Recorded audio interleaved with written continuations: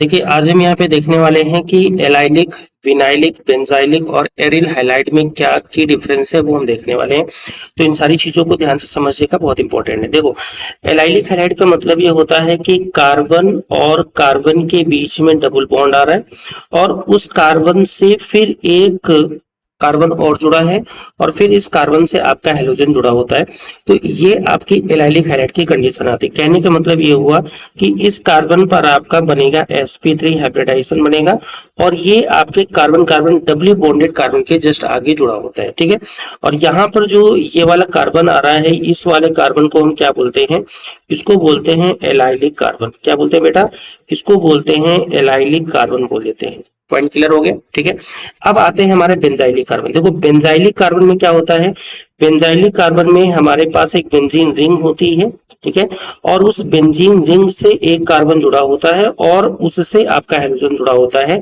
कहने का मतलब ये हुआ कि इस कार्बन पे भी यहाँ पर आपका sp3 हाइब्रिडाइजेशन होता है। ठीक है, और ये बेंजीन रिंग्स के में जुड़ा होता है, sp3 हाइब्रिडाइज्ड कार्बन जुड़ा होता है। ठीक है, और अगर आपसे बोल दें कि विनाइलिक हैलाइड क्या होता है, तो विनाइलिक हैलाइड में क्या होता है, ध्यान से समझिएगा।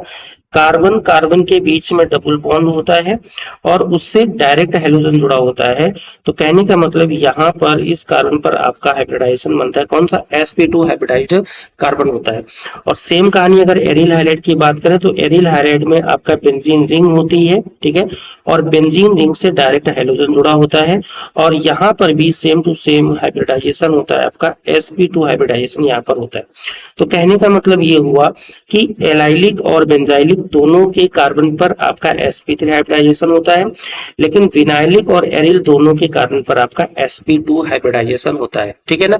तो ये आपका की डिफरेंस था जो कि हमने आपको बताया है। बहुत इंपॉर्टेंट है, क्लास 12 नीट जेई में सब में आता है, एग्जाम्स में क्वेश्चन आते हैं।